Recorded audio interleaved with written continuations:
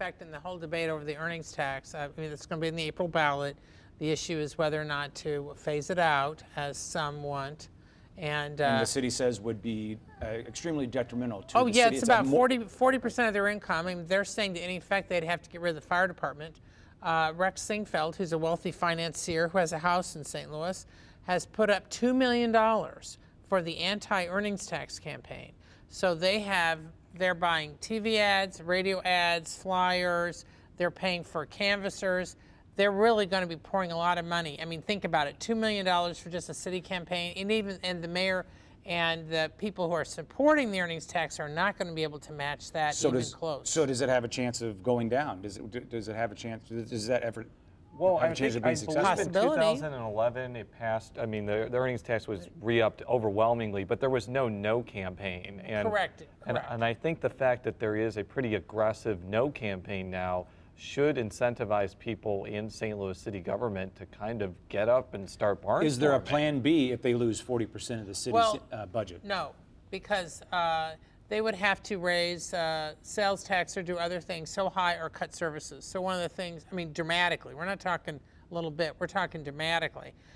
One of the reasons that there was no anti-earnings tax campaign in the city in 2011 is because at that point the mayor and some of the civic leaders were saying that they would talk over the next few years about maybe if there were alternatives. I think they said this is a warning. We have 5 years to figure out a way to do this, and really nothing's changed. But really, they can't. I mean, I'm not saying there isn't an alternative. I'm just saying if they have not found one, because they would have to raise sales tax. We have just a few seconds left. Tell me about the U.S.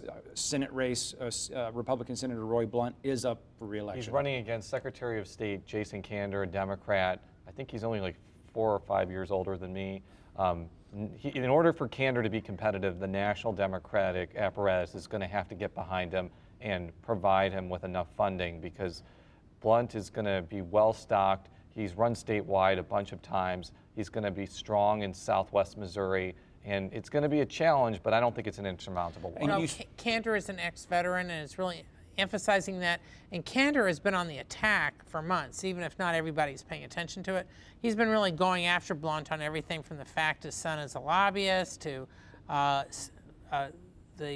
Blunt's own lack of a military record during the Vietnam War, all that stuff. And it may be white noise right now, but I think they're basically testing themes to see what works. And you said that the Democrats are not going to pay much attention to us in terms of the presidential race. Right. Does that have an impact on the Senate race? Not necessarily, because if they do polling and find out that the Missouri Senate race is competitive, I think Kander will have enough resources in order to be competitive. But unfortunately, or fortunately, depending on your point of view, in congressional races, the national parties loom large, and if you don't have their support and their money and organization, you're probably not going to win. Yeah, the Democratic Senatorial Campaign Committee is the major elephant in the room here, and so they've been paying very close and been doing some polling, as is the Republican counterpart. We have to leave it there. Jason, Joe, and Sandy, thank you all for your time. Thanks for watching.